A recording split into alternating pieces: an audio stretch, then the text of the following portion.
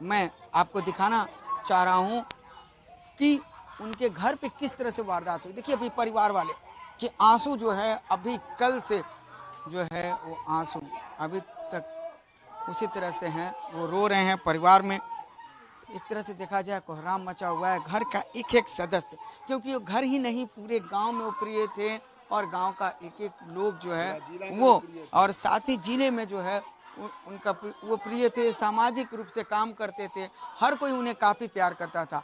लेकिन जिस तरह से उनकी हत्या हुई उसके बाद पूरा गांव जो है मदमाहत है। देखिए इसी कुर्सी पर वो बैठे हुए थे, हम तस्वीर दिखा रहे हैं कि यही वो कुर्सी है जिस पर वो बैठे हुए थे।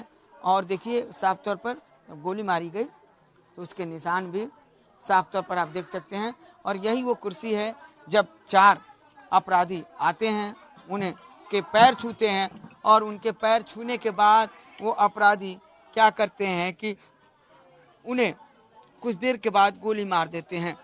साफ खून के निशान जो है आपको दिख रहे हैं कि किस तरह से जो है खून के निशान है। बड़े भाई हैं उनके। टोटल वारदात के बारे में बताएंगे किस तरह से क्या हुआ। मेरा भाई यहाँ बैठा हुआ था, 4 के संख्या में आया, भाई के पैर छू के प्रणाम किया। भाई को बोला कि भैया थे अम्बेडकर जयंती मनवाई था तो भाई मेरा कहा कि हाँ कल मनेगा धूमधाम से। तो ठीक है मनावा धूमधाम से। इसी पीछे एक पीछे आ गया और 2 मोटरसाइकिल पर था, एक पीछे आ गया। भाई इसी जगह बैठा हुआ था और 2 पिस्टल निकाल के उसको गर्दन के पीछे से मारना शुरू किया। उसके बाद इसी बीच हम कहे कि क्या चीज़ का आवाज़ आ रहा है। हम ऊपर से भागे तो देखे दौड़े तो हमारे ऊपर भी गोली चलाया। पहला गोली वहाँ चला, उसके बाद यहाँ चला गोली, और उसके बाद फिर वहाँ कोर्ट पर 3 गोली चला हमारे ऊपर भी। 3 गोली चला। हाँ उस समय तो पूरा दहशत हो गया। पूरा दहशत में हम लोग पूरा परिवार दहशत में आ गए थे। पुलिस कितने देर के बाद पहुंची? पुलिस तो अभी नहीं की। पुलिस कहाँ है यहाँ? पुलिस कहाँ है? लालगंज पुलिस आती कहाँ है यहाँ पे? एक चीज बताइए, आपके भाई का किसी से दुश्मनी था या किसी वैसा का आपको? भाई मेरा तो अगले बार विधानसभा का चुनाव भी लड़ा था, अच्छा वोट लाया था। इस बार भी भाई मेरा विधानसभा का तैयारी कर रहा था। और उसके बाद कि भाई मेरा अम्बेडकर जयंती 14 तारीख के धूमधाम से मनाने वाला था। 13 तारीख के 4 बजे संध्या में उसका हत्या कर दिया जा रहा है कि 14 को नहीं मनाए अम्बेडकर जयंती। यानी किसी की साजिश भी लग रही है राजनीतिक। 2 दिन पहले मेरा भतीजा बोल रहा था कि किसी ने फोन कह के कहा कि अम्बेडकर जयंती नहीं मनाना है, से दंगा फसाद हो जाएगा, से अम्बेडकर जयंती आपको नहीं मनाने देना है। यानी कि राजनीति का भी शिकार हुए हाँ हैं। हाँ हाँ। FIR अभी तक आप लोगों ने दर्ज कराया है कि नहीं? ना अभी अभी FIR आती कर रहे हैं, लिख रहे हैं, अभी करेंगे। आप दर्ज कराएंगे। ये उनके भाई हैं, बड़े भाई हैं। और जब बड़े भाई के सामने छोटा भाई चला जाता है तो क्या दर्द होता है वो साफ दिख रहा है। बड़ा भाई आप हैं, छोटा चला गया।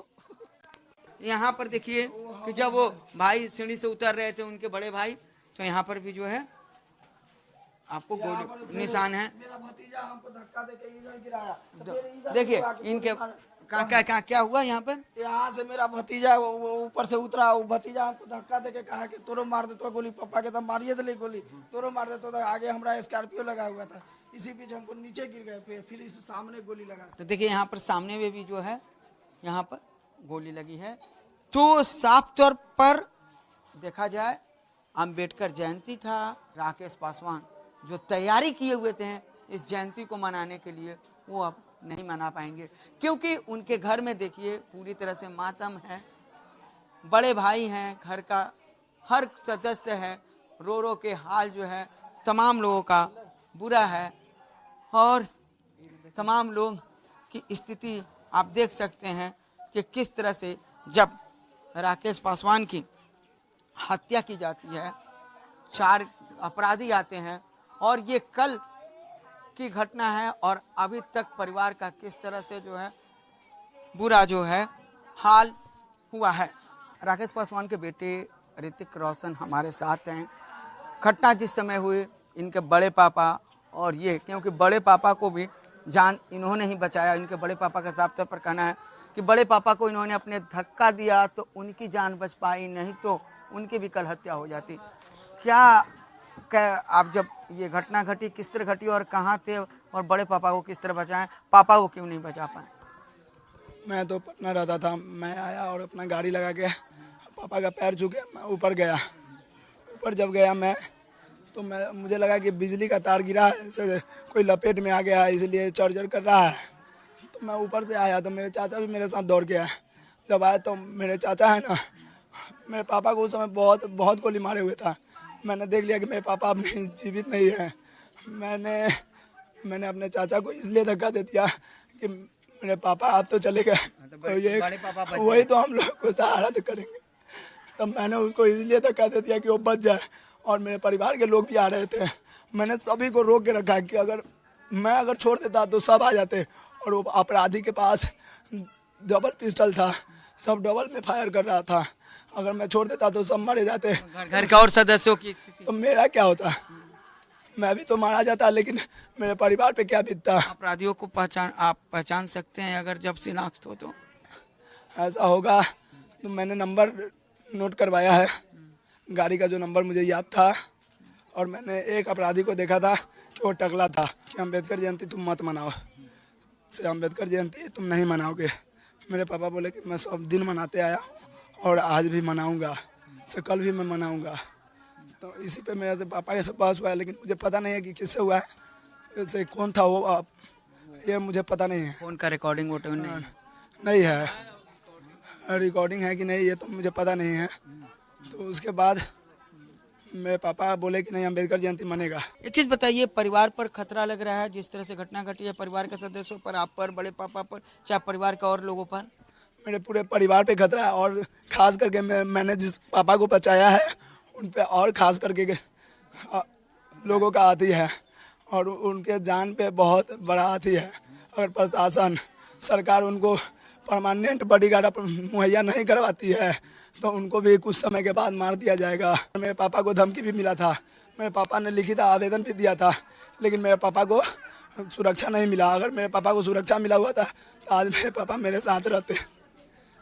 देखिए, हालात ये है कि साफ तौर पर ऋतिक जो उनके बेटे हैं उनका कहना है कि अभी पूरे परिवार पर जो है खतरा है। इससे पहले भी इनके पिताजी पर जो है गोलियां चली थी, धमकियां दी गई थी, पुलिस को लिखित आवेदन दिया गया था, लेकिन उस पर पुलिस की तरफ से कोई सुनवाई नहीं की गई, पुलिस की तरफ से सुरक्षा कर्मी नहीं दिए गए। और अब इनका कहना है कि जिस तरह से इनके बड़े पापा पर हमला किया गया, बड़े पिता के साथ ही पूरे परिवार को बचाया और अपनी जिंदगी को जो है वो बचाया। कमल अभिषेक के साथ रुपेंद्र श्रीवास्तव, जी मीडिया, वैशाली।